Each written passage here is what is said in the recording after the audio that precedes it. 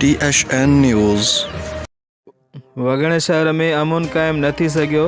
शहर के मुख्य चौक तां 3 मोटरसाइकिल सवार हथियारबंदन हथियारनि के ज़ोर ते बेनज़ीर इनकम सपोर्ट जा पैसा हलाईंदड़ अब्दुल मजीद तुन्यो के यरगमाल बणाए खे सख्त मारकुट करण बाद खाउस 3 लाख रुपया ऐं 3 मोबाइल फोनूं फुर करे हवाई फायरिंग कंदा फरार थी विया।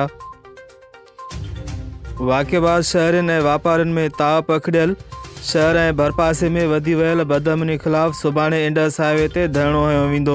शहरनि मुमताज़ वगण, मुख्तियार पंवर, लाला हफ़ीज़ पठान, कामरान पंवर चयो त वगण शहर ऐं भरपासे जे ॻोठनि में बदअमनी चोट चढ़ी वई आहे।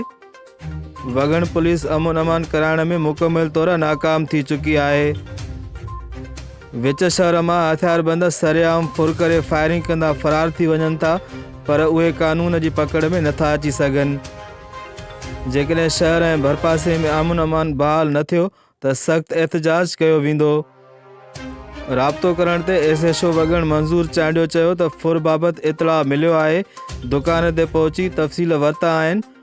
मोबाइल फ़ोनुनि जी लोकेशन पिणु ट्रेस कराई वेंदी। जल्द जवाबदारनि खे गिरफ़्तार करे खेनि क़ानूनी सज़ा ॾिनी वेंदी।